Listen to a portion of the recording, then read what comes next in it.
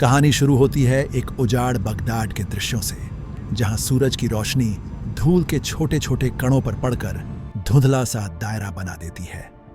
एक उम्रदराज शासनकाल की चुप्पी है चारों ओर, और इसी चहुल सी स्थितियां सद्दाम हुसैन के जीवन की प्रेरक धारा बनती है। दुनिया उसे एक कठोर नेता के तौर पर पहचानती है, पर यह कहानी दिखाती है कि कैसे गरीबी में जन्मे एक व्यक्ति ने सत्ता की चाबी हासिल की और कैसे वही सत्ता पूरी तरह एक तानाशाही यात्रा में जाकर बदल गई। 1937 में अल अफजाह के पास एक गरीब गांव में जन्म लेते ही सद्दाम अपने आसपास की कठोर वास्तविकताओं से सीखना शुरू कर देता है। कौन सी आवाजें उठती हैं, कौन सी खुशफहमियां टूटती हैं और कौन सी चुप्पियां भीतर तक उथल पुथल मचाती हैं। उनके बचपन की गहराइयां में उन्हें बाद में राजनीतिक दल बाआत के साथ सीधे संवाद बनाती है। 1957 में वह बाआत पार्टी से जुड़ते हैं। 1959 में असफल हत्या के प्रयास में घायल होते हैं और देश छोड़कर सीरिया और इजिप्ट के रास्तों से गुजरते हैं। कायरो लॉ स्कूल के दरवाजे पर कदम रखते हैं और 1963 में इराक में फिर से सत्ता लौटाने की यात्रा शुरू होती है।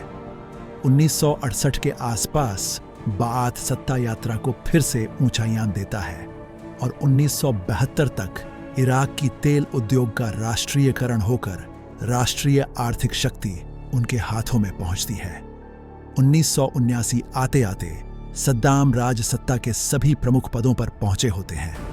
राष्ट्रपति, प्रधानमंत्री और रेवोल्यूशनरी कमांड काउंसिल के अध्यक्ष, सभी जगह उनकी भूमिका स्पष्ट होती है। वे अपने गृह निर्माण तंत्र को मजबूत करते हैं, गुप्त पुलिस तंत्र के जरिए आंतरिक विरोध को दबाते हैं और एक व्यापक व्यक्तित्व पूजा का प्रचार कर अपने शासन को स्थायित्व देते हैं। उनकी विदेश नीति एक महत्वाकांक्षा से भरी होती है। अरब जगत में इजिप्ट को पीछे छोड़कर अपनी अगुवाई और पर्शियन गल्फ पर नियंत्रण बनाना। 1980 में ईरान के विरुद्ध युद्ध शुरू होता है, जो वर्षों तक चलता है और देश की अर्थव्यवस्था पर गहरा असर डालता है। युद्ध की लागत, विदेश कर्ज और निर्यात आय का संकट उनके आर्थिक कार्यक्रमों को प्रभावित करता है। फिर भी वे अपने मजबूत सैन्य तंत्र को बनाए रखते हैं।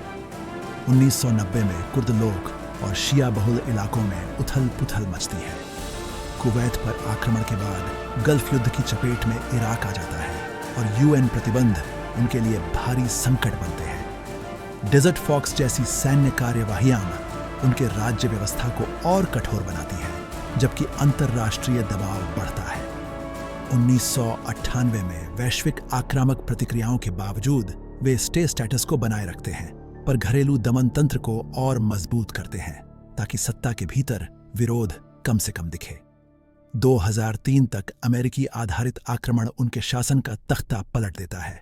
बगदाद पर कब्जा, सद्दाम का भागना और अंततः 13 दिसंबर 2003 को गिरफ्तारी।